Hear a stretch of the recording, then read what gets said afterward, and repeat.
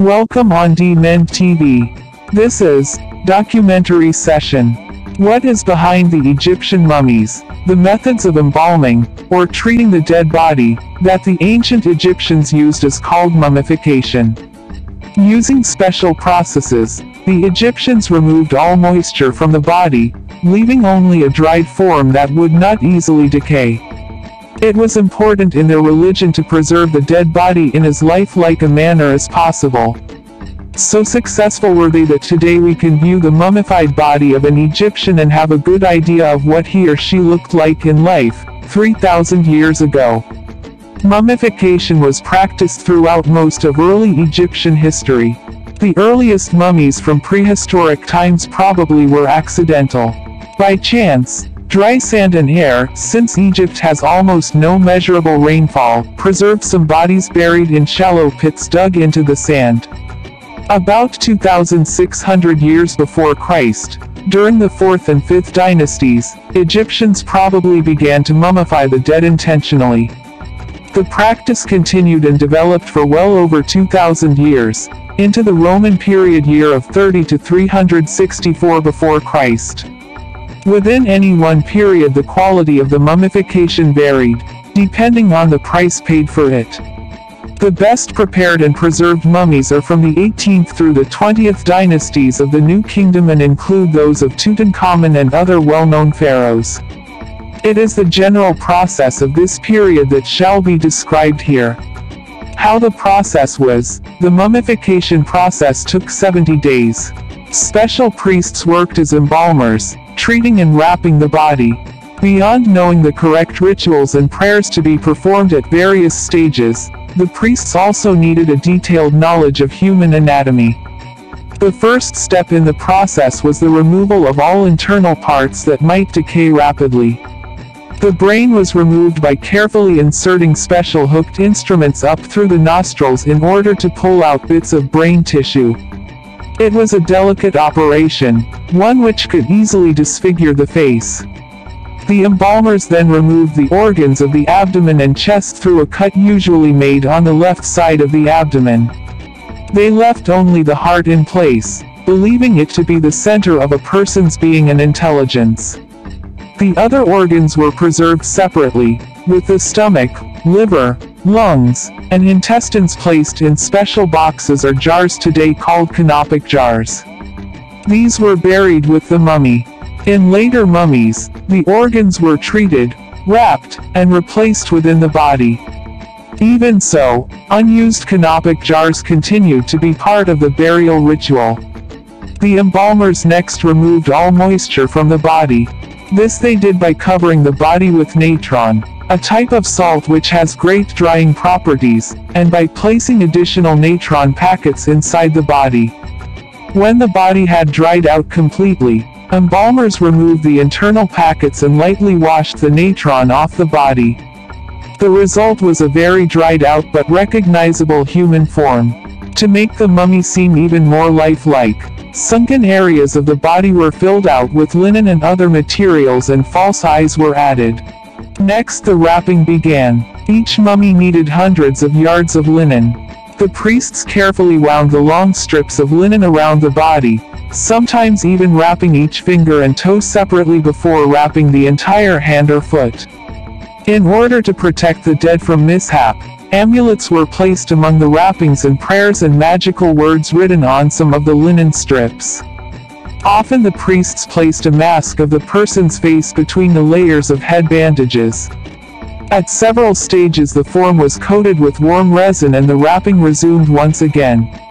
At last, the priests wrapped the final cloth or shroud in place and secured it with linen strips. The mummy was complete. The priests preparing the mummy were not the only ones busy during this time. Although the tomb preparation usually had begun long before the person's actual death, now there was a deadline, and craftsmen, workers, and artists worked quickly. There was much to be placed in the tomb that a person would need in the afterlife. Furniture and statuettes were readied, wall paintings of religious or daily scenes were prepared, and lists of food or prayers finished. Through a magical process, these models, pictures, and lists would become the real thing when needed in the afterlife. Everything was now ready for the funeral. As part of the funeral, priests performed special religious rites at the tomb's entrance. The most important part of the ceremony was called the opening of the mouth. A priest touched various parts of the mummy with a special instrument to open those parts of the body to the senses enjoyed in life and needed in the afterlife. By touching the instrument to the mouth, the dead person could now speak and eat. He was now ready for his journey to the afterlife. The mummy was placed in his coffin, or coffins, in the burial chamber and the entrance sealed up. Such elaborate burial practices might suggest that the Egyptians were preoccupied with thoughts of death.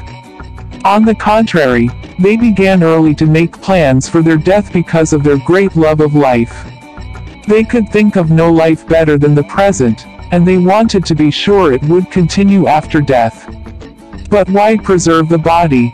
The Egyptians believed that the mummified body was the home for this soul or spirit.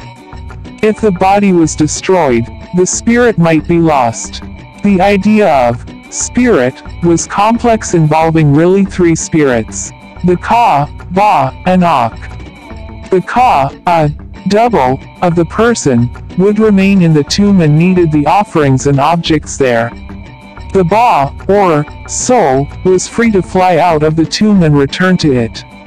And it was the Ak, perhaps translated as spirit, which had to travel through the underworld to the final judgment and entrance to the afterlife.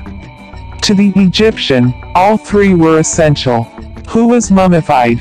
After death, the pharaohs of Egypt usually were mummified and buried in elaborate tombs.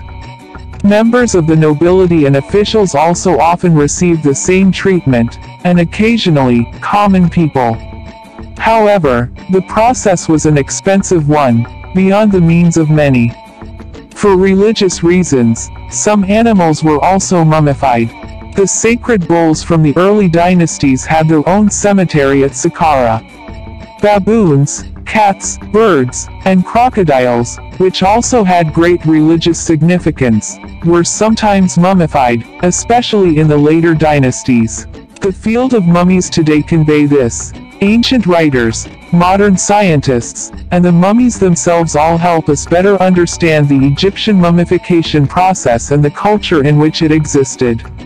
Much of what we know about the actual process is based on the writings of early historians such as Herodotus, who carefully recorded the process during his travels to Egypt around years of 450 before Christ.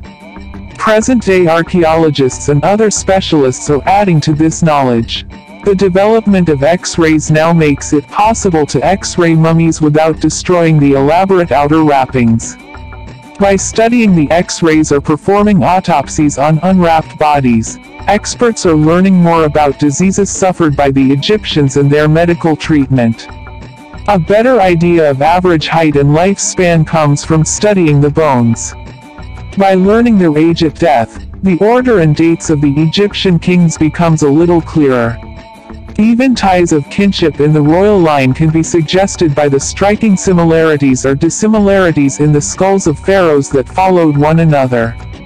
Dead now for thousands of years, the mummy continues to speak to us.